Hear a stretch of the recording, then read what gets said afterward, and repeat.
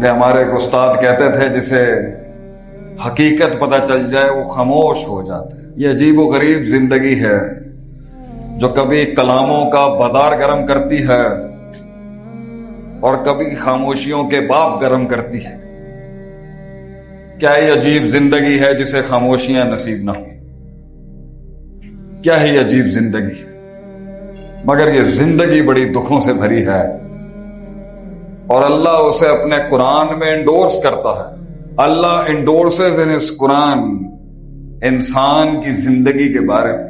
بھیجا بھی اللہ نہیں ہے، اٹھائے گا بھی اس میں سے اللہ ہے، پھر زندہ کرے گا انسان کو، لیکن سفر حیات یہ لم یکن شیء مذکورہ سے حتی یاتیک الیقین کا جو سفر ہے، اس پر اللہ کہتا ہے انک قادح الی ربک قدحا۔ ہم جانتے ہیں، اللہ کہتا ہے ہم جانتے ہیں کہ تو ایک بڑی سخت آزمائش سے گزر رہا ہے۔